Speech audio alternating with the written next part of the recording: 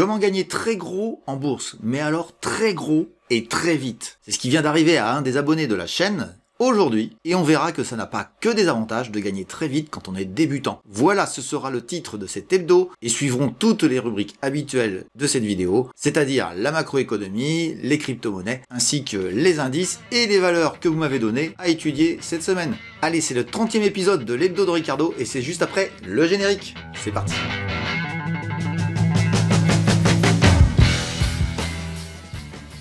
Bienvenue sur Fondamentalement Bourse, la chaîne des investisseurs qui ne se contentent pas d'essayer et qui veulent reprendre le contrôle. Donc aujourd'hui on va parler d'un cas qui est assez particulier, c'est comment gagner en bourse, gagner gros en bourse, bon, c'est une chose, mais c'est aussi les conséquences que vous subissez quand vous avez un gain énorme qui vous tombe dessus, qui peut vous faire monter la tête, et on verra que la psychologie qu'il y a à avoir là-dessus est un petit peu particulière. Ce sera une histoire intéressante puisque on a un abonné de la chaîne qui a fait un gain aujourd'hui assez conséquent. Et on verra comment gérer ce type d'événement quand on gagne en bourse. Alors c'est l'histoire d'un chanceux, hein, peut-être pas, enfin on verra bien si c'est un chanceux, mais je crois qu'il s'appelle Amine, tu me confirmeras si c'est le cas, qui m'envoie un message hier soir pour me dire tiens, est-ce que tu peux étudier la valeur chargeur? Et puis je regardais un peu mes informations boursières hier soir, et je vois qu'il y a une OPA sur la société chargeur, et je vois en même temps ce message. Et donc je lui réponds, écoute, ça va être compliqué, enfin voilà, c'est pas que ça va être compliqué, mais il y a une OPA dessus. Et visiblement il était pas au courant de l'OPA, donc je lui ai appris qu'il allait gagner beaucoup d'argent aujourd'hui, et il se trouve que l'action a fini à peu près aujourd'hui à plus 30%, donc Amine a gagné 30% en une nuit. C'est énorme, c'est gigantesque. Alors peut-être que la somme qu'il a investie est pas très importante, mais ce qui est important, c'est que il y a une grande victoire rapide, puissante, qui peut, si vous aviez mis beaucoup d'argent, selon vos moyens, en tout cas selon les siens, c'est une victoire qui est quand même assez marquante dans l'histoire d'un petit trader qui commence. Alors je sais pas s'il est petit de taille, mais en tout cas, ce qui est sûr, c'est que quand on n'a pas eu affaire à ce genre de victoire, on peut avoir un phénomène qui est assez psychologiquement, qui est compliqué à gérer, parce qu'à vrai dire, on est dans l'euphorie. Et l'euphorie, c'est un des ennemis du trader. À vrai dire, ce que je veux vous dire, c'est que dans la psychologie d'un trader, on est toujours dans celle de la perte, de pas gagner, mais on va finir l'année, puisque ce sera le dernier hebdo de l'année, on va finir l'année sur une idée un petit peu différente, c'est l'idée de la victoire, du gain. Et on peut confronter ça, si vous voulez. Alors je sais pas du tout comment Amine a réagi par rapport à ça, hein, puis il pourra nous commenter, il pourra se faire un plaisir de commenter, puis vous pourrez aussi vous commenter toutes les grandes victoires que vous avez eues, et aussi les conséquences que vous avez subies positivement ou négativement suite à une victoire de ce type-là. Et c'est vrai que c'est un sujet qui est assez peu expliqué dans les vidéos que j'ai pu voir, parce que tout simplement on vous parle toujours du risque, alors les fameux stop loss, etc. Mais la gestion de la victoire, c'est pareil, hein, elle est aussi difficile à gérer, et je trouvais que c'était intéressant de finir justement cette année avec une note positive, et je dirais, j'ai envie de dire à Amine, tout simplement, alors je sais pas du tout s'il gère bien ou mal cette position, puis c'est peut-être dans le futur qu'il va mal la gérer, de se prendre pour le cador, j'ai gagné, j'ai réussi, parce qu'à vrai dire, il m'a répondu avec beaucoup d'humilité, il m'a dit non, j'ai eu de la chance. Et effectivement, il a eu de la chance, parce que, à moins qu'il était informé, hein, mais il nous l'expliquera dans les commentaires, en vérité, c'est vrai que c'est plus ou moins quand même un coup de peau que l'on peut avoir en bourse. Et à vrai dire, il faut les accepter. Il faut que vous les envisagez, d'avoir le coup de peau, parce que vous avez aussi des coups de malchance qui vous arriveront aussi. Et ça fait partie, entre guillemets, du jeu. Et ceux qui en ont le moins, ceux qui en ont, je dirais, de moins en moins, en tout cas des négatifs, sont des gens qui ont mis une stratégie en place. C'est tout le sens de ce que je fais moi personnellement, et qui me permet je dirais aujourd'hui, d'avoir quasiment plus de grosses pertes dues à un coup de malchance, parce que j'ai éliminé tous les phénomènes de malchance enfin en tout cas quasiment tous les phénomènes de malchance qui peuvent me tomber dessus en bourse. Donc on va considérer que Amine a eu un peu de chance, etc., et qu'il le considère comme ça, et c'est très bien Amine, faut que tu restes comme ça, faut être hyper humble, et à vrai dire le marché, il vous fera toujours toutes les vacheries du monde, il vous fera toujours toutes les victoires du monde. Ce qui est important, à vrai dire, c'est l'absence d'émotion. Qu'elles soient négatives ou positives, elles sont exactement les mêmes. L'émotion, d'ailleurs, n'a pas de notion de positif ou négative. On a une émotion quand on pleure, parce que c'est négatif, un événement de vie, et on a une émotion quand on rit ou qu'on est euphorique, quand c'est positif. Et à vrai dire, les deux sont aussi mauvais en bourse. À partir de ce moment-là, vous allez me dire, bah, est-ce que tu as des astuces pour, je dirais, contrer ces phénomènes-là, soit de la défaite, soit de la victoire? Bah, écoutez, très simplement, je crois qu'il faut laisser au sport, je sais pas, au football par exemple, quand l'équipe de France gagne la Coupe du Monde, bah, on peut exploser de joie, on peut aussi pleurer quand elle perd à la finale de la Coupe du Monde. C'est les deux dernières qu'on vient de faire. Mais l'idée, à travers de ce que je veux que vous compreniez dans ce que je veux vous transmettre, c'est qu'il vous faut trouver à tous une manière de vous désémotionnaliser des marchés. Et je vais vous faire le cas de la dernière fois. Alors je sais qu'il y a des gens qui l'ont vu sur les réseaux sociaux, je l'ai partagé, mais j'ai fait un gain très important il y a quelques jours, il y a 3-4 semaines, sur une autre OPA, pas celle de chargeur, mais celle de EQS, pour aller vérifier ceux qui veulent aller voir. EQS a subi une OPA et qui a fait une plus-value du soir au matin de 51%, de l'ordre de 50%, mais moi je l'avais acheté un peu plus bas, quelques jours avant, 3-4 jours avant, donc du coup j'ai fait 75-76% de gains en 5 séances, en même pas une semaine. C'est gigantesque. C'est gigantesque. Je gagner à un moment donné des milliers d'euros sur un trade, ouais, voilà, mais ça arrive quasiment pas. Statistiquement, c'est le trade de ma vie. Le trade de ma vie, non pas parce que j'ai fait 75%, parce que j'ai fait beaucoup plus sur d'autres valeurs, mais sur le ratio temps gain, c'est l'un des plus gros. Mais Amine a fait encore mieux que moi, hein, parce que Amine l'a fait en une nuit, il a fait 30%. Moi, j'ai fait 15% par jour. C'est énorme. De toute façon, c'est énorme. Et c'est émotionnellement quelque chose de très fort, parce que vous voyez votre compte de bourse faire un gap important de valorisation qui peut vous perturber et qui peut vous faire penser que vous êtes devenu le meilleur. Alors comment on fait? Bah écoutez, il faut penser à... Moi j'ai 2-3 astuces. Je pense à tous les moments où j'ai perdu. Ça c'est la première chose. Je regarde mon compte titre globalement. Est-ce que il a progressé? D'ailleurs, je pourrais vous le partager. Je vous le dis, moi, je finis l'année à plus 25% globalement. Donc finalement, mon EQS m'a permis quand même, je crois que c'est 5%, je crois qu'il m'a fait grimper le titre. Donc vous voyez, 5%, oh oui, bon, finalement, c'est pas si énorme que ça. Donc il faut se désémotionnaliser de toute manière. Il faut trouver un moyen de rendre humble l'événement qui est pas humble. C'est vraiment génial. Moi, j'ai raté une fois une OPA, j'ai failli acheter le vendredi. Le lundi, Sanofi a acheté une société qui s'appelle Kiadis, il y a eu 280% de delta, et j'ai failli acheter le vendredi soir. Bon, je l'ai raté. Mais si j'avais gagné ça, je pense, et c'était assez au début, je faisais encore de la biotech, terminé, faut plus les faire, hein.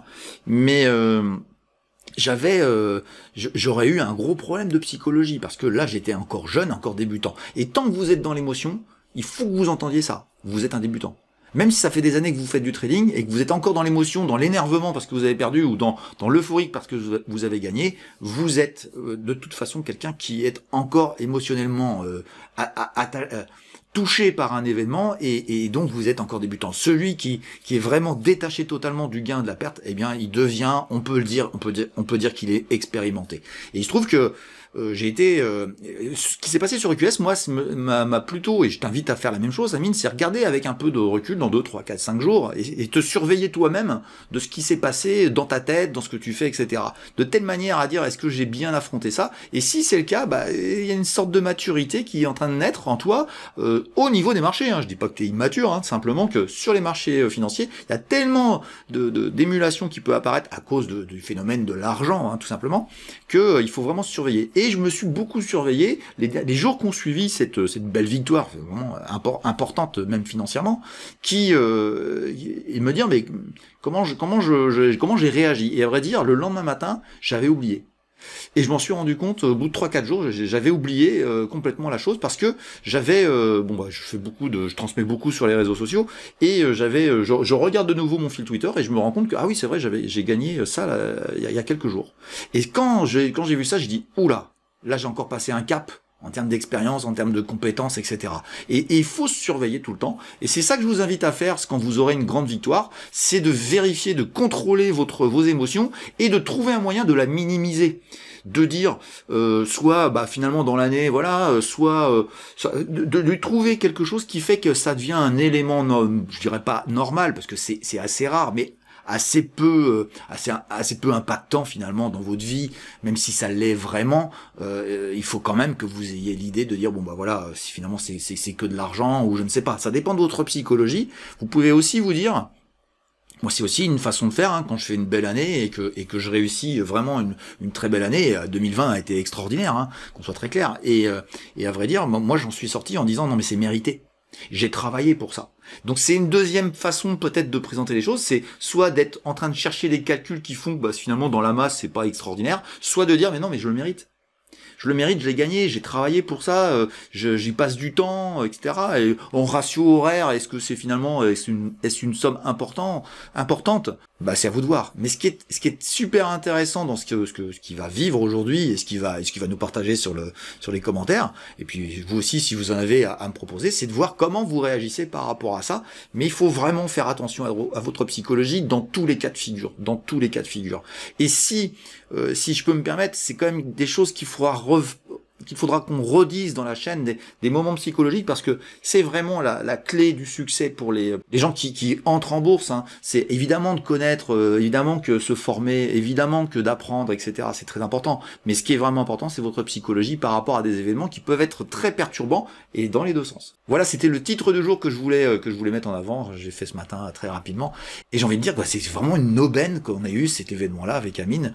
Aujourd'hui, voilà, j'espère que vous avez apprécié cette parenthèse un petit peu sur la psychologie qu'on a sur la gagne, et retenez ça dans un petit coin de votre tête. Si un jour vous gagnez, vous avez une OPA qui vous tombe dessus, enfin bref, un événement qui vous fait gagner beaucoup d'argent, n'oubliez pas que c'est aussi difficile à gérer qu'un événement négatif. Voilà, si vous avez apprécié cette démonstration que je viens de vous faire, écoutez, n'hésitez surtout pas à liker la vidéo, à vous abonner, parce qu'il y a plein de contenu, vous allez en trouver pas mal sur la chaîne, puis il y en a plein d'autres qui arrivent bientôt.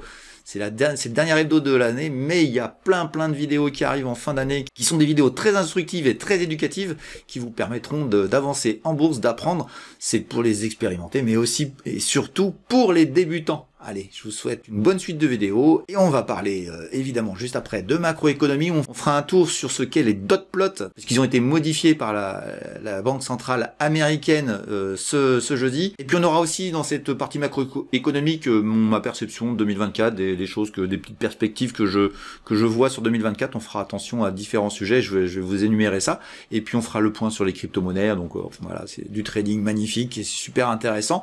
On enchaînera avec les indices qui sont tous montés au sommet, ils ont quasiment tous fait des sommets historiques, et on enchaînera avec les valeurs que vous m'avez données, quelques-unes, mais en tout cas il y a des beaux dossiers très intéressants à regarder. Voilà, c'est tout l'objet de cette vidéo, de la suite de cette vidéo, et on attaque tout de suite avec la macroéconomie. Allez, c'est parti. Allez, c'est parti pour la semaine, c'est la dernière semaine à vrai dire qui est intéressante au niveau macroéconomique, puisqu'après tout le monde va s'endormir et va prendre des vacances. Allez, on attaque avec mardi qui nous a donné l'inflation aux États-Unis. Ah bon, elle est stabilisée. Je pensais qu'elle allait baisser un peu plus, quoi. Je pensais qu'elle allait encore baisser. Elle a baissé un peu, qu'on soit clair. 3,2, on passe à 3,1. Mais je pensais que ça allait baisser un peu plus. Bon, voilà, on va voir, on va creuser un peu plus sur le sujet dans la suite de la vidéo. Mais vous allez voir que voilà, les tendances vont commencer à ralentir fortement. Il y a plus d'inflation, enfin, qu'on soit clair, c'est fini. 23%, c'est du classique, tout va bien, quoi. Voilà pour mardi 12. Pour la suite de la semaine, c'est plutôt, c'est le mouvement, c'était la grande semaine, les grands oraux des banques centrales, et on a eu mercredi, la première de toutes, c'est les États-Unis, qui a décidé évidemment d'avoir une stabilisation des taux, avec un discours qui a été très clair sur un sujet sur lequel on va revenir après la définition de tout ce qu'on voit dans la semaine. On va faire un point sur un peu plus sur le FOMC de décembre, qui a été un des plus importants, et qui est un des plus importants puisqu'il y a les mises à jour de dot plots, et on va étudier les dot plots, mais ce sera juste après la revue macroéconomique de la semaine. On a aussi eu des indices de prix à la production. Regardez, on est à zéro, on est à zéro, on était à moins 0,4, je le dis depuis un moment, mais à déflation, déflation sur la production. Et je vous le dis quand même, la Chine est très très inquiétante. Je maintiens que la Chine est inquiétante. Ça fait un moment que je vous le dis. La Chine est inquiétante et il faudra se méfier de la Chine en 2024. Pour moi, c'est le plus grand danger. C'est la Chine. C'est pas les États-Unis, pas du tout. Voilà pour ce que je ressens sur le sujet. Allez, on continue avec jeudi. Jeudi, il y a une grosse journée, évidemment, puisque jeudi, nous avons la décision de la Banque Centrale Européenne de stabiliser ses taux, la décision de la Banque Centrale anglaise de stabiliser ses taux, la Banque Centrale Suisse qui fait pareil. Je vous ai dit que tout le monde allait stabiliser, tout le monde a stabilisé, et tout le monde stabilise, tout le monde part en vacances, on verra ça l'année prochaine. Voilà, donc c'est très simple, avec un discours de Christine Lagarde qui était totalement différent de celui de Jérôme Powell, donc bon voilà, c'est cri-cri, Elle est en Europe, elle est française, donc elle aime pas les marchés financiers, elle veut pas leur faire plaisir. Bon, voilà, c'est Christine, c'est comme ça. On verra que sur les indices, ça a un impact et que on est peut-être au bout d'un chemin, en tout cas sur les gros indices. On verra ça juste après. J'enchaîne avec quelques statistiques sur les États-Unis, hein, vente au détail principale, donc c'est un peu la consommation. Et puis les chiffres sont corrects. Hein, enfin voilà, on a fait un petit négatif, on pensait encore un petit négatif, et puis on fait un petit positif. Donc voilà, hein, ça va pas mal, hein, ça va pas mal. Et le chômage est un peu en train de baisser, voilà. Donc j'ai envie de vous dire, tout va bien aux US. Bon, alors ça ralentit, hein, qu'on soit clair. Hein, Powell a dit clairement qu'il avait vu des ralentissements assez forts sur le quatrième trimestre, donc on aura des chiffres sur le trimestre 4 qui seront beaucoup moins bons. Bon, ils obtiennent ce qu'ils veulent. J'ai envie de dire que bravo la Fed, bravo la BCE, vous avez fait ce que vous vouliez, vous avez obtenu ce que vous vouliez, vous avez fait une belle année, bravo, félicitations pour 2023, vous n'avez pas fait de grosses conneries, on peut que s'en féliciter vu ce que vous avez fait en 2021. Allez, on enchaîne avec vendredi, donc moi j'enregistre avant l'ouverture, donc on aura l'inflation française, le PMI, donc les chiffres à avancer un petit peu, hein, des directeurs d'achat qui donnent leurs sentiments. Et on aura aussi ceux de l'Allemagne et des États-Unis. Bon voilà, en gros, c'est des prévisions, donc je suis pas sûr que ça retourne la table sur vendredi sur le sujet, mais je pense que les indices ont fait une grande partie du chemin et on va voir que, à mon avis, ça va commencer à se calmer sur le sujet.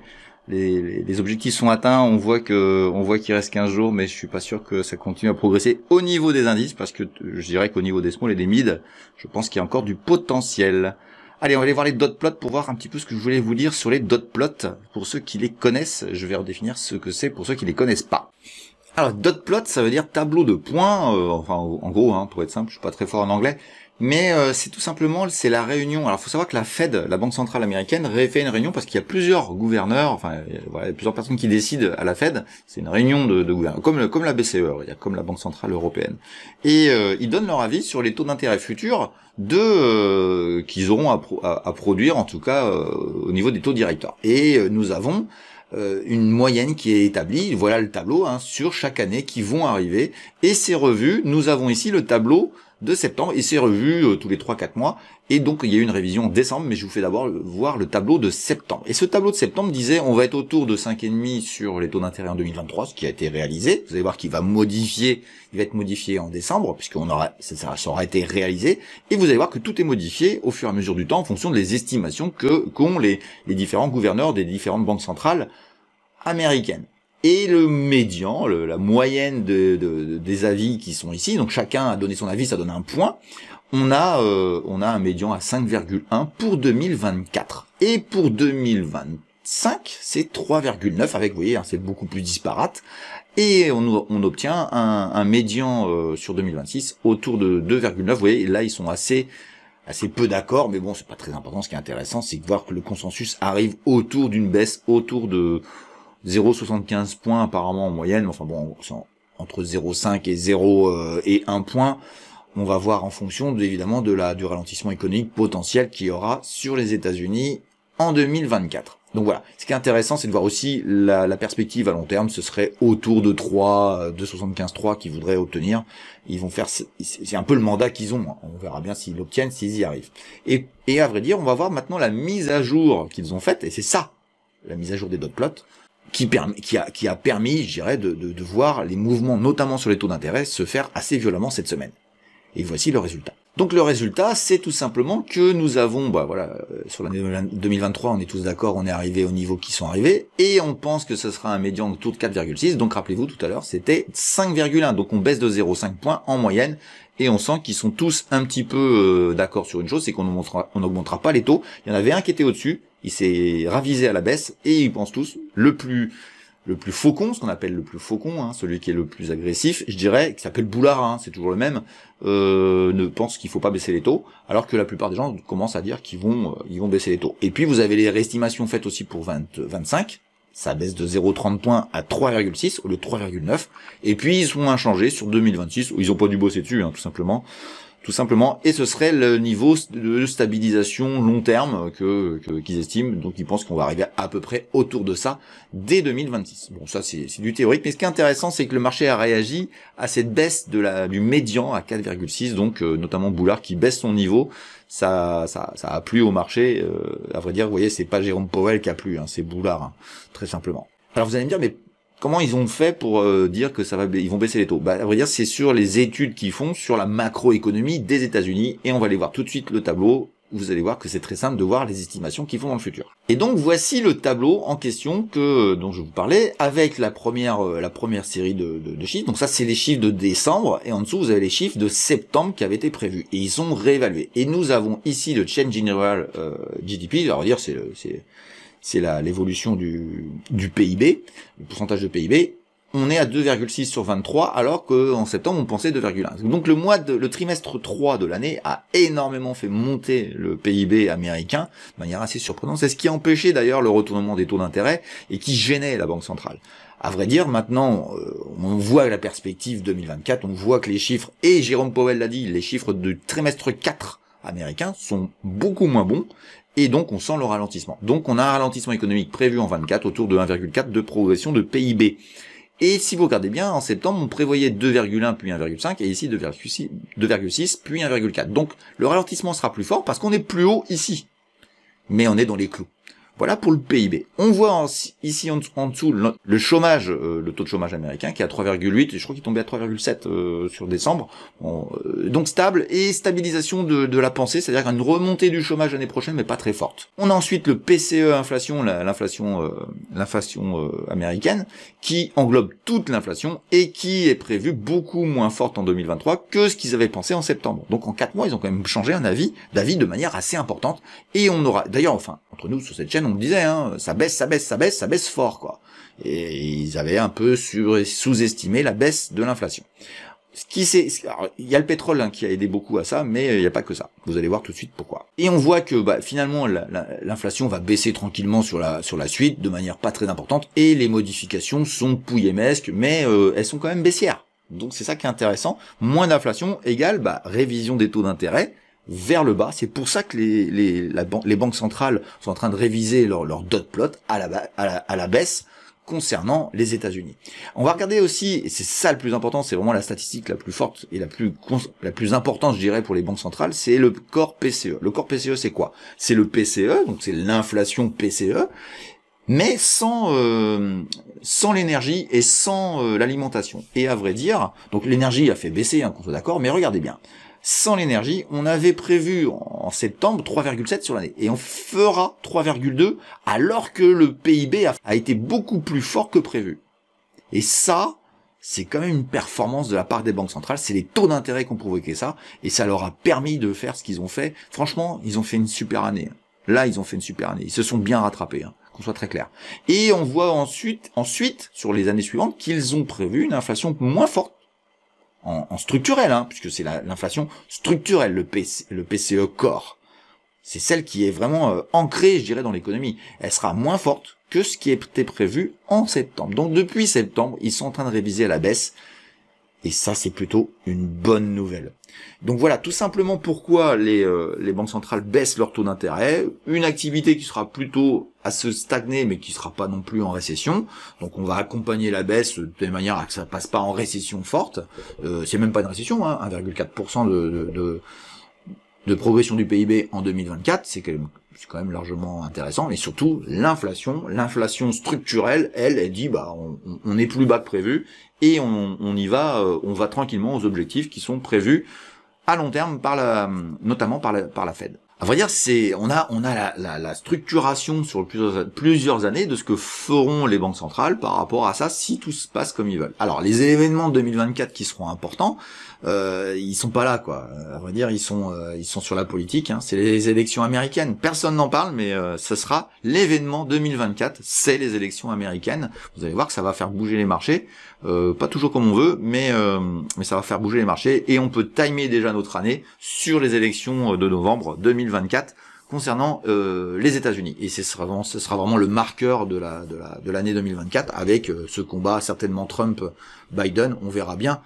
qui l'emporte, mais bon, on sait pas, hein, ce sera peut-être pas Trump qui sera en face de Biden. Pour moi, la vraie problématique 2024, le vrai Black Swan, c'est pas vraiment un Black Swan parce qu'on le sait à peu près, donc c'est pas vraiment un Black Swan, mais pour moi c'est la Chine. La Chine, c'est quand même dangereux, c'est hyper dangereux. Nous sommes en déflation sur la Chine, nous avons une baisse. On a quand même, il faut savoir une chose, sur l'ensemble de tout ce qui est inflation, l'inflation de production, l'IPP, les prix à la production, quasiment partout on est en négatif. Donc ça veut dire que les prix baissent. Alors ils avaient été trop hauts, les matières premières ont baissé, le pétrole baisse, donc ça explique ça. Mais ils baissent. Et en Chine, c'est encore plus fort. Donc à partir de ce moment-là, si en Chine c'est encore plus fort, il faut faire attention à la Chine. La Chine, je l'ai déjà dit sur cette chaîne, mais je répète, parce que je donne un petit peu ma perception de 2024 dans cet hebdo. Pour moi, 2024, la dangerosité, elle est en Chine. À vrai dire, avec une difficulté au niveau de la dette, une difficulté au niveau de l'immobilier, une difficulté au niveau des prix. On voit bien qu'ils sont en train d'effondrer les prix et ils partent dans une crise déflationniste. C'est très très dangereux. Je sais pas s'ils vont réagir, je sais pas s'ils vont beaucoup réagir, ils ont tendance à pas trop réagir pour l'instant. On est en train d'entendre qu'ils vont le faire. J'ai envie de dire surveiller les valeurs luxe par rapport à ça. Si ça réagit positivement, c'est que la Chine va aller mieux.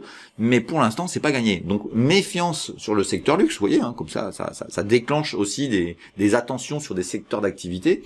Tant que la Chine n'a pas résolu ses problèmes, il y a des actions sur lesquelles il faut faire attention. Ça, c'est la première chose. Même si je sais que le luxe a bien rebondi cette semaine, bon, méfiance. Résultat des courses, la Chine ayant une déflation sur ses prix, elle est en train de mettre en place, à mon avis, et si je l'ai déjà dit, donc je disais sur cette chaîne, une stratégie de dumping. Elle recommencerait les vieux démons, je sais pas si vous vous rappelez, où ils vendaient à perte leurs produits.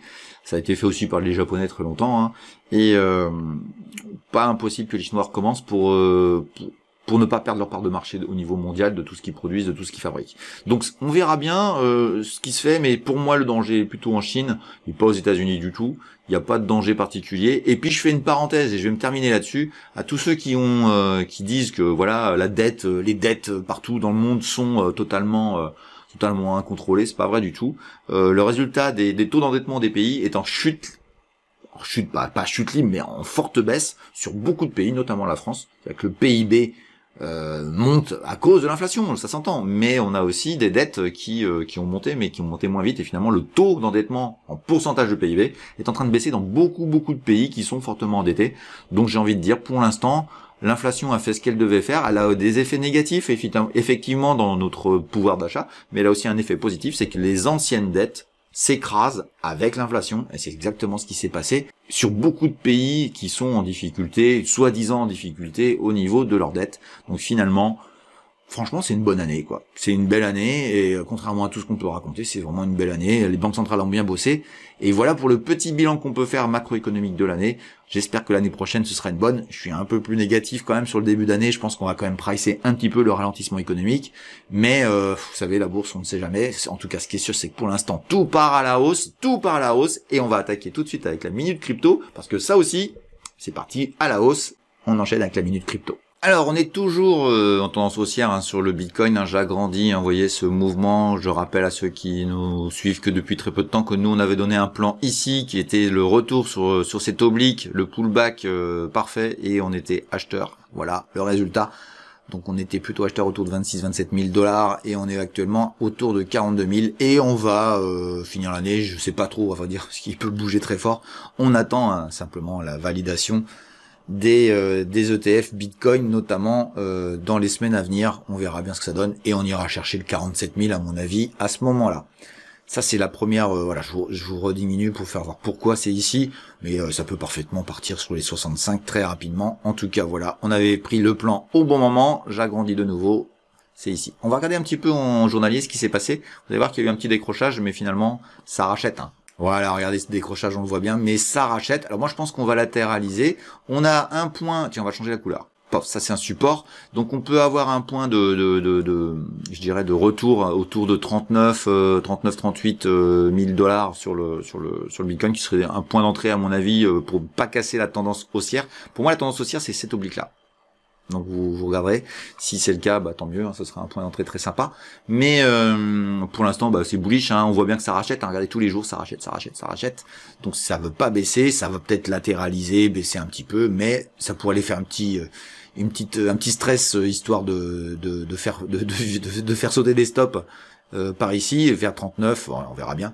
Mais voilà pour le Bitcoin. On va enchaîner avec l'Ethereum aussi, qui nous a fait là un truc super au niveau graphique. Bon, je rappelle que notre objectif c'était de casser la 2135 à 2135 $. On va changer la couleur parce que maintenant c'est un support et vous allez voir pourquoi c'est un support. C'est un support parce que regardez bien, nous avons eu l'accélération et on a eu un pullback qui a été racheté violemment. Donc c'est magnifique, franchement là-dessus, là, l'Ethereum c'est splendide, ça marche du feu de Dieu pour les traders, ils s'amusent comme des petits fous. On va voir en journalier, vous allez voir que c'était parfait. Donc voilà, je vous rappelle que nous on avait vu la tasse, la hanse, il n'y a pas eu la petite latéralisation, on a eu l'accélération immédiatement, on était acheteur par ici, on savait que le niveau de 2135 c'était vraiment le point stratégique. Qu'est-ce qui s'est passé? On a accéléré, on a fait une correction, on a touché pile poil le prix. Ici, c'était lundi dans la journée, à 2135. Donc voilà, hein, franchement, c'est impressionnant comment on peut être précis sur le sujet. Et c'est reparti vers le haut. Moi, j'ai envie de vous dire, à moyen terme, tant que c'est au-dessus de cet oblique-là, eh ben c'est haussier. On verra bien, ça peut latéraliser encore.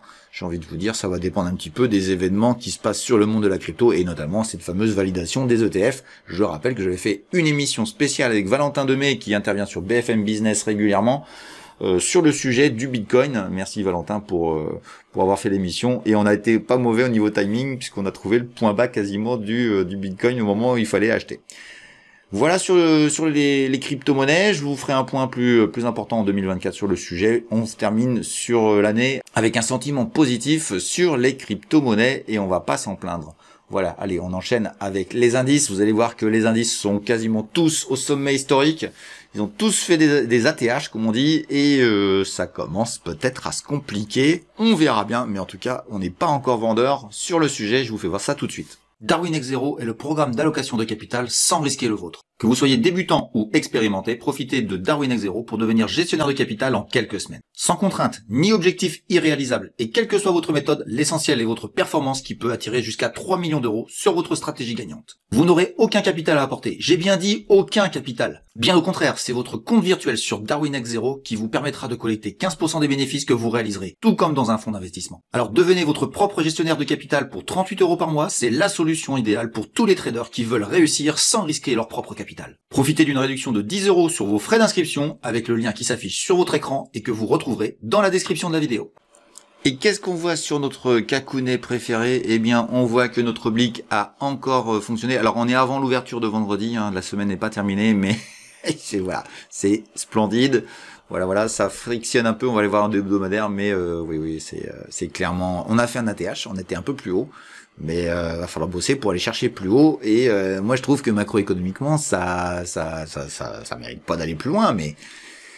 la bourse est parfois tellement surprenante, mais enfin bon, là j'ai quand même des petits signaux qui commencent à dire ça va se calmer.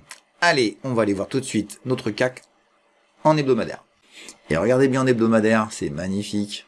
Regardez bien, on avait, voilà, le niveau était ici, ça a accéléré, c'est revenu là. Bon, on verra ça à la fin de semaine, vous regarderez comment c'est, mais ça s'appelle un marteau, c'est peut-être un mouvement de retournement. Regardez bien ici ce que ça avait provoqué. On l'avait pas eu ici, mais on l'a eu ici, et c'était assez violent. La suite, je vous laisse voir le tableau, donc faites attention. Peut-être que dans les semaines qui suivent, on aura une correction sur le CAC 40, et c'est pas interdit de voir les vendeurs enfin avoir raison. Ça fait un moment qu'ils se font dégommer, et là je pense que ça va commencer à devenir intéressant pour les vendeurs. On verra bien si c'est vrai, c'est vraiment de l'observation, parce que vous allez voir que les autres indices, c'est pas du tout ce que j'envisage sur ce que je vois de ceci. Allez, on file sur Francfort avec le DAX 40, voir ce qu'il donne. Et notre DAX Sunet, il a fait un plus haut historique, on est d'accord, on a un objectif à 17 510, est-ce qu'on va y aller? On verra, parce que lui aussi est en train de nous faire une bougie d'alerte, mais elle peut parfaitement être invalidée dès la semaine prochaine, hein, qu'on soit très clair. On verra bien, moi je suis pas convaincu que l'Allemagne parte encore à la baisse, mais regardez bien, on a déjà eu ce phénomène ici, et quand on a ce type de bougie là, badaboum, donc on est en grosse alerte. On verra bien la semaine prochaine ce qui se passe. Moi, je suis pas convaincu que ce soit encore tout à fait le moment pour que ça baisse. Ça peut être un petit mouvement de rattrapage, de revenir chercher le niveau de 16 490 pour repartir après.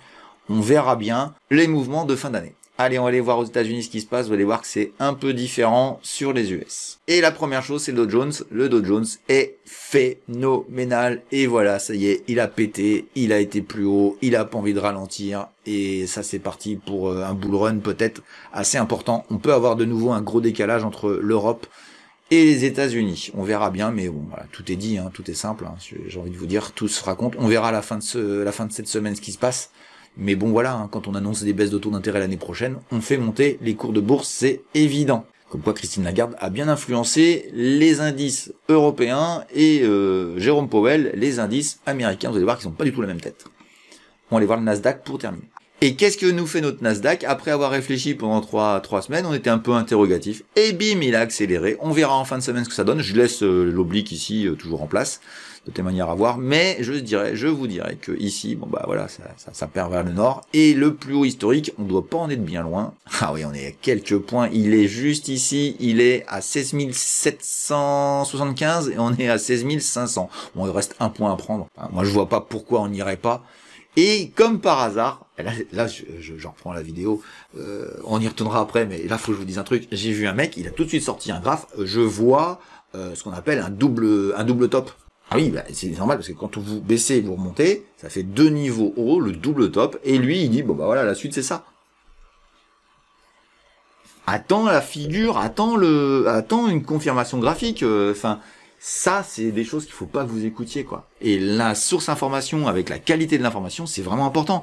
Et franchement, ces mecs-là, mais si vous voyez un mec faire ça, vous le blacklistez, quoi. Faut le dégager. C'est du n'importe quoi. La figure graphique que je vous présente n'a pas du tout été encore mise en place.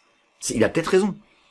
Mais le mec là, c'est fait pour avoir enfin je sais pas, c'est fait pour avoir de l'écoute, mais ça a pas du tout d'intérêt, pas du tout. C'est haussier sur les américaines, c'est haussier sur une autre catégorie de valeurs. Je vais vous faire voir très très vite les autres indices que je vais vous faire voir, mais c'est pour moi le gros effet sur les grosses bécanes françaises, hein, ça c'est clair. Hein. Surtout si la Chine ne rebondit pas. Et après, si ça accélère, bon bah j'aurais eu tort. Mais si j'ai eu tort, bah vous aurez la capacité de réagir, vous verrez le mouvement se faire. Pour l'instant, en France, on est à un point technique qui est évident sur le CAC 40. Mais sur les small et les mid, on va aller voir ça, vous allez voir qu'il y a encore du potentiel. Donc on ne lâche pas nos positions sur des valeurs qui montent, parce que le CAC 40 nous fait une petite posette à un niveau qui était évident qu'il allait le faire. Allez, on regarde ça tout de suite, les indices small et mid européens. On va commencer par le CAC mid and small, donc mid et small. Il arrive à mon goût hein, sur une oblique qui devrait le bloquer un petit peu. Donc sur les mid françaises, on va peut-être être un petit peu bloqué. Mais voilà, c'est pas négatif. Il n'y a rien de négatif sur le sujet. Puis j'ai peut-être tort. Hein, ça va peut-être aller un peu plus haut. Il y a peut-être un niveau ici. On verra bien. Mais en tout cas, ici, ça peut frotter. Et je pense que ça frottera un petit peu. Voilà pour les mid and small. On continue avec le CAC small français et qui lui a travaillé le niveau que je vous faisais voir. Puis il l'a cassé et il va aller chercher ça. Alors c'est pas la bonne couleur. Voilà donc. Moi, je pense qu'il va aller chercher ce niveau-là ou ce niveau ici, il va aller un peu plus loin. Donc, il y a encore du potentiel de 3-4% sur l'indice CAC Small.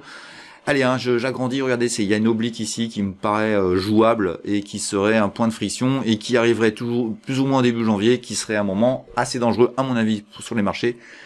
Bon, on verra bien, hein, j'ai peut-être tort, on verra bien sur le sujet, mais pour l'instant, moi, sur les small et mid un petit peu, mais sur small français, je suis pas inquiet, il va y avoir... Toutes les daubes vont monter, j'en suis sûr. Il va encore y avoir des traders qui vont faire voir des super graphes sur des super daubes. Et ben, dites-vous bien que c'est un mouvement de fin d'année et c'est tout. Ça n'a aucun intérêt à long terme. Allez, on enchaîne avec les Allemands. Vous allez voir que les Allemands, c'est pareil. On est dans la même configuration. Il y a encore du potentiel. On commence avec le MDAX, les valeurs moyennes allemandes. Et là, on a une oblique qui est très claire, hein, qu'il faut aller chercher. Il y a encore quelques pourcents à aller chercher, de l'ordre de 3%. Donc, tant qu'on n'est pas arrivé là, j'ai envie de vous dire, ça devrait jouer la hausse encore sur les mid allemandes. Et puis, j'en termine avec les small allemandes, les petites valeurs allemandes, et je pense que le niveau de 13 860 ici devrait être cherché. On a encore ici 2-3% aussi à aller chercher.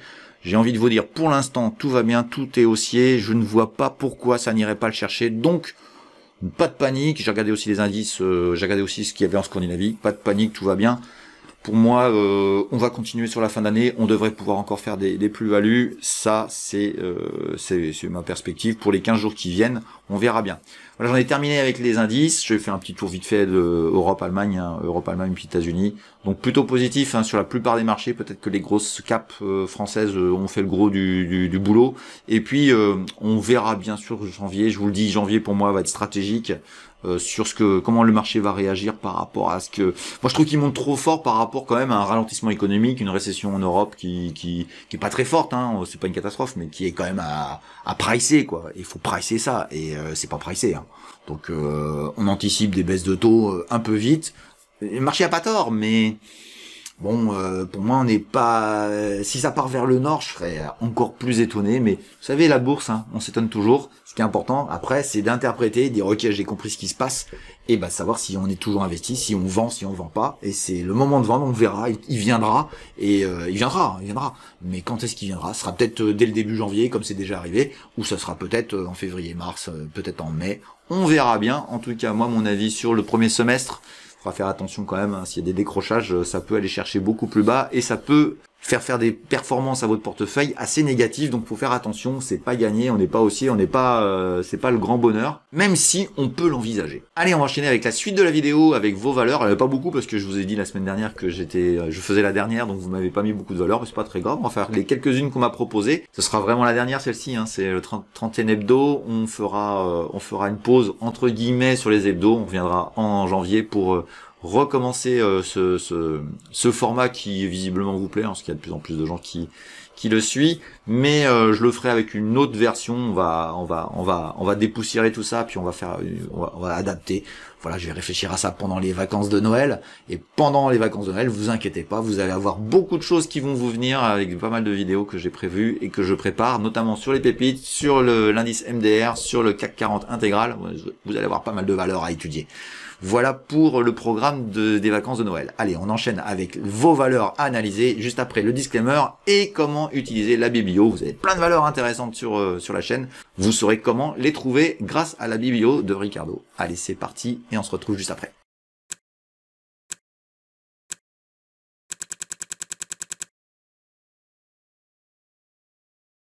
Le petit disclaimer qui permet de voir que je ne suis pas un conseiller et que tous les graphes que je vous présente sur tous les actifs ne sont ni des conseils d'achat ni des conseils de vente, mais juste mon avis.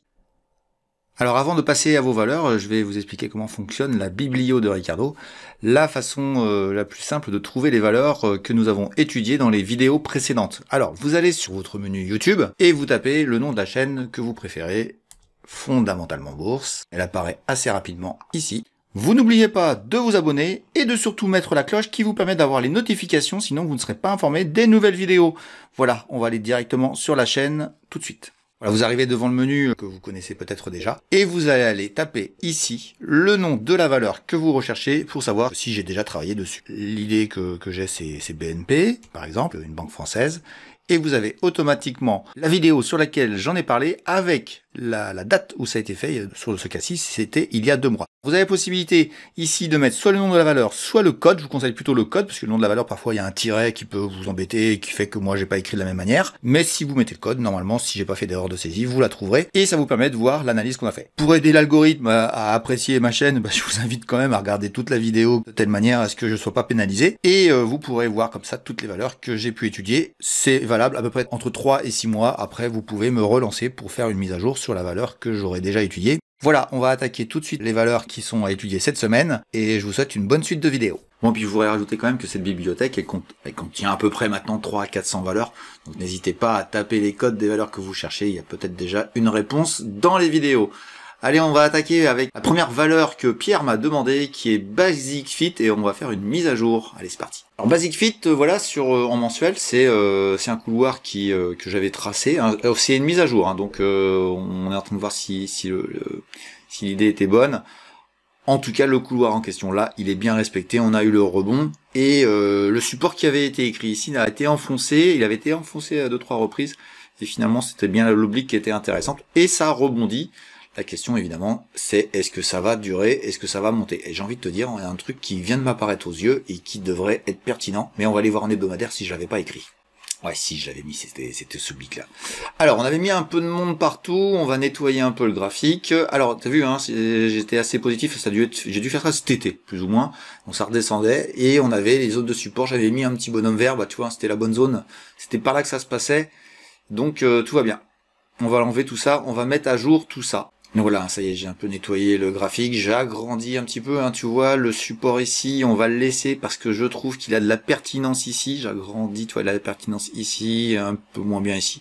Ça vient de loin, ça vient de par là. Ouais, c'était pas extraordinaire ça. Mais, tu vois, ça bute ici. Ça bute ici, c'est pas étonnant. On va mettre la petite opposition qui est en train de se mettre en place. Je sais pas trop si ce sera vérifié. Et Basic Fit, faut reprendre sur cette zone-là ou celle-ci, voilà, dans le cadre où on apprécie. Je vais aller voir vite fait les fondamentaux. Je sais que je suis pas très fan en ce moment de Basic Fit. Je vais aller voir ça tout de suite. Ouais, je suis pas fan. Je suis pas fan en ce moment et je demande encore à voir. Il va falloir qu'il nous prouve des choses et je suis pas optimiste là. Je suis pas optimiste sur le dossier Basic Fit et c'est pour ça que j'avais un doute parce que effectivement bah je travaille mes valeurs hein, et je l'ai pas dans mon spectre. Je suis pas acheteur de Basic Fit en ce moment donc c'est que j'ai pas les éléments réunis par rapport à ce que je fais et c'est justifié. Donc désolé, on va je fais mal un petit peu à certains qui seraient amoureux de celle-ci, et notamment un certain Bastien là, qui a mis qu'il était acheteur sur 10-20 ans, que c'était la copie conforme de McDo. Bon, c'est très bien, c'est très sympa ce que tu dis, je prends note, j'entends, j'écoute, sachez que j'écoute enfin j'imprime tout ce que vous me dites, parce que je peux pas tout savoir. Ça, ces affirmations là, faut les fuir, hein. Faut fuir les mecs qui vous disent ouais moi je dirais reste 10, 15, 20 ans. Vous en savez strictement rien de ce qui va se passer. Cette boîte aujourd'hui n'a jamais gagné d'argent. Jamais. Jamais. Et tout le monde s'appelle pas Amazon, hein. Donc voilà, alors je connais Basic Fit, on en a tous à côté de chez nous, etc. Mais enfin, l'autre jour je suis passé dans le Poitou, il y avait un bled perdu dans le fin fond du Poitou, qui avait un Basic Fit. Je pense qu'il y a des licences qui sont données un peu n'importe comment. Franchement, ouais, pour le développement, faire ça dans des bleds, enfin bon, je veux bien, admettons. Mais bon, à un moment donné, oui, je sais ce que c'est comme modèle, business model, j'ai compris, comme McDo, ouais. Bah, MEF quand même. MEF parce que tout ne marche pas. Si McDo était copié, que tout le monde faisait comme McDo et que tout le monde gagnait plein de sous-sous, tout le monde ferait comme McDo et c'est pas le cas, donc méfiance. Mais je te le souhaite, hein, Bastien, hein, ce serait super. Hein. Donc voilà, je te remercie Pierre aussi de me l'avoir proposé. Tu vois, j'ai mis ta petite opposition ici, j'agrandis pour que tu vois bien. Pif paf pouf, et tu verras bien. Mais pour moi, cette oblique-là, tant qu'elle est pas cassée, j'ai envie de te dire, pour moi, il n'y a pas de retour intéressant de Basic Fit dans la course. Ça me plaît pas trop. Je dirais que ce qui m'a étonné, c'est le rebond ici. Hein. C'est le rebond qui était ici, alors que c'était fermé. Hein. La boîte était fermée avec le Covid. Hein. Ouais, bof. Moi, je suis pas fan. Pas fan pour l'instant. D'accord. Voilà, donc j'aurai peut-être des éléments. Faut attendre les news, tout simplement. On va enchaîner avec Guillaume, qui m'a parlé d'une valeur qu'on n'a jamais discutée, et qui, ma foi, bah, c'est vrai qu'il faut qu'on la fasse, puisque c'est une valeur intéressante, c'est Ipsen. Et donc voilà, Ipsen en mensuel, regardez vite fait les dividendes, ouais, ça accentue un peu les pentes quand même, donc voilà, sans intérêt pour les choix, les arbitrages, mais intéressant, un petit peu, fondamentalement, pas beaucoup, hein, qu'on soit clair, et j'ai eu du mal à faire le graphe de cette valeur. Et quand j'ai du mal, c'est parce que c'est un peu mal foutu, et j'ai quand même maintenu ça qui est un peu traversier, qui est un peu respecté là, mais qu'il était surtout ici. Et finalement ça a été respecté à plusieurs fois, donc ça fait des points techniques intéressants pour les traders sur ça, donc c'est du mensuel, et j'ai dupliqué ça ici, c'est un peu pertinent, mais ça déborde de partout quoi, vous voyez, hein, c'est pas propre, j'aime pas les graphes pas propres, ça me gêne pour ma psychologie. Alors, on va regarder en hebdomadaire quand même, parce que Ipsen, ça reste une entreprise qui m'intéresse. Je vais me mettre à jour aussi, fondamentalement. Je vois un truc juste avant de partir en hebdo, ici. Il y a une zone là. Il y a une zone là de friction qui est carbutée et qui devient intéressante. Ça peut être une sorte de tasse et anse long terme. C'est pas impossible ça. Donc on verra bien. Allez, on va voir en hebdomadaire si c'est plus précis. Alors j'ai rajouté 2-3 petites choses en hebdomadaire. J'ai vu cette petite oblique qui avait l'air d'être respectée. Elle avait l'air assez intéressante. J'ai vu un truc qui était parallèle à ça, qui rejoint les points anciens ici, qui est un support. Donc se révélerait une zone support par là. Vers 92, hop, j'agrandis. Vers 92 qui pourrait être sympa dans un petit stress de marché. Bon, le marché est hyper bullish et Ipsen pas du tout. Donc faut écouter le marché. Hein. Le marché il dit moi j'en veux pas, ça m'intéresse pas. Donc j'ai envie de te dire bof. Bof. Et je vais aller voir vite fait les fondamentaux, j'ai oublié d'aller les voir. Je vais te dire ça tout de suite. À surveiller. C'est pas mal. C'est pas mal du tout, Ipsen. C'est pas mal. Sauf que ça va pas être très volatile, tu vois ce que je veux dire, c'est plus pour les papilles en charentaise, quoi. Sans mauvais jeu de mots. À vrai dire, ici, je pense que elle gigote juste dans un couloir parce que il y a pas plus d'intérêt que ça sur la valeur. Ils attendent des news. Ils ont de l'argent, ces gens-là. Hein. Et il faudrait peut-être qu'ils l'utilisent, leur pognon. Tu vois ce que je veux dire? Et tant qu'il n'y a pas d'utilisation de l'argent, ça va pas être extraordinaire. Tiens, je vois un autre support très intéressant. Ça, c'est un niveau intéressant aussi. Ah, c'est beau. Ça, c'est un beau scénario, ça. C'est un beau scénario que tu peux mettre dans un coin. J'agrandis, tu vois. Ce niveau-là, a été travaillé à plusieurs reprises. Ça serait pas mal que ça y aille. C'est pas très loin, hein. T'es à 10%, hein. Donc c'est pas très loin et ça serait pas mal. Mais Ipsen, le problème, c'est que je pense que ça prendra pas de gaz vers le haut tant que ça annoncera pas des choses intéressantes. Pour moi, c'est Ipsen doit avoir des projets. Ils en ont pas vraiment. Donc ça vit sur sa petite rente là. Tu vas pas gagner des fortunes, hein, qu'on soit clair. Mais c'est un beau dossier et le point d'entrée il se situe par là, par ici. Voilà, très simplement. Belle idée de. Je te remercie Guillaume de me l'avoir donné parce que c'est vrai qu'on n'a jamais parlé d'Ipsen. C'est une belle entreprise, hein. C'est une belle entreprise, mais il faut qu'il y ait un peu de peps. Hein. Il gagne des sous, mais à vrai dire, on achète quoi? On achète l'augmentation des bénéfices. Et pour qu'il y ait l'augmentation de bénéfices, il faut qu'il y ait des projets, il faut qu'il y ait du développement. Et là, c'est pas terrible. Allez, on va aller voir, si vous voulez bien, avec Manuel. Je fais une petite parenthèse, Manuel. Tu m'as écrit un truc vite fait à l'arrache. Ça monte, ça baisse sur des valeurs. J'en ai pris une parce que j'avais très peu de monde, mais sinon je t'aurais pas fait la valeur. Tu m'as parlé d'SES Imagotag et j'ai trouvé intéressant qu'on me fasse une petite mise à jour sur le sujet. Ça fait longtemps qu'on en a parlé. Allez, SES Imagotag tout de suite. Alors, en mensuel, bon, on a clairement une accélération, superbe valeur, superbe technologie, mais super demi-scandale, on sait pas trop, voilà, des hedge funds qui ont cassé le dossier, qui ont fait peur à tout le monde, mais finalement, ça serait faux. Dans ces cas-là, moi, les hedge funds, je sais qu'ils marchent, ils volent en escadrille ou ils chassent comme des loups en meute. Donc faut faire très attention au hedge fund. Quand un hedge fund attaque une valeur, il faut y faire attention. Je vous rappelle le cas Solution 30, c'est exactement ce qui s'est passé et je vais vous faire voir le cas de Solution 30. Nous sommes autour de 19, actuellement nous sommes à 2,50. Je vous laisse imaginer la gravité des choses. Il y a eu une première attaque par ici, je crois. Il y en a eu une deuxième ici, suivie d'une troisième. Et vous avez vu la fin? Donc et ça a cassé vraiment la boîte, hein. Donc qu'on soit clair. Hein. Alors qu'elle se développe bien, hein, mais financièrement ça a été très dur. Donc je vous dis quand même, SES Imagotag peut y avoir c'est comme les tremblements de terre, il peut y avoir des secousses secondaires qui seront violentes. Maintenant on va revenir un peu plus sur le graphe pour que tu vois que ça devient compliqué de gérer SES Imagotag. Donc voilà, j'ai rien changé au graphique, hein, j'ai laissé en place. C'est intéressant de faire la mise à jour. On va voir que bon, il y a pas mal de choses à enlever, mais tu vois, moi j'étais positif, hein, et puis voilà, j'étais positif, hein, puis bim, badaboum, hein. C'est violent ça, hein, regarde ça, regarde-moi ça. C'est exceptionnel, hein, ça a plus que divisé par 2, hein, presque par 3. Ça rebondit violemment, enfin c'est ingérable, et quand on va se mettre en journalier, tu vas comprendre ce que je vais te dire. Mais je vais nettoyer, en même temps je vais nettoyer le graphique de tout ça, et on viendra sur les hebdomadaires après. Voilà en daily ce que ça donne. Et à vrai dire, je vais te mettre les gaps. Il y avait un gap ici d'accélération, ici il reste un énorme gap qui est pas rebouché, ici il y a eu un gap à la hausse, ici, c'est un gruyère. C'est devenu un gruyère. Avant, c'était propre, regarde. C'était génial, ça. Et c'est devenu n'importe quoi. Et ça, c'est ingérable. Hein. Enfin, moi, je te le dis. Tiens, je vois une oblique, là. Alors là, t'as une petite oblique, là, tu vois. Tu l'as ici, donc t'es dessus, t'es en train de la travailler. C'est peut-être une zone. Voilà, comme ça. C'est dangereux. C'est un dossier dangereux. C'est celui qui te conseille ça, c'est pas bien. Donc, tu vois, c'est pour amateurs de sensations fortes. C'est pas de la bourse, ça devient du casino, et ceci Magotag. Je connais la boîte, hein, je sais très bien ce qu'ils font, je regarde souvent ce qu'ils font. Les chiffres sont bons, etc. Blabli blabla, ils ont mais ils se sont fait démonter. Moi, j'attendrais qu'il y ait vraiment une phase de calme sur ce dossier-là, qui permette de recréer de la sérénité sur le dossier. Pour l'instant, ça m'intéresse pas. Ça prend plusieurs coups de semonce, hein. Fais bien attention, hein. Fais bien attention. Ils l'ont dans le collimateur, ils la connaissent, et si elle remonte très fort, ils chercheront de nouveau à la flinguer. Voilà, c'est ça qui est problématique sur les SEC Magotag. C'est pour ça que moi, elle est sortie complètement de mon spectre de travail. Je suis le premier désolé, mais c'est comme ça.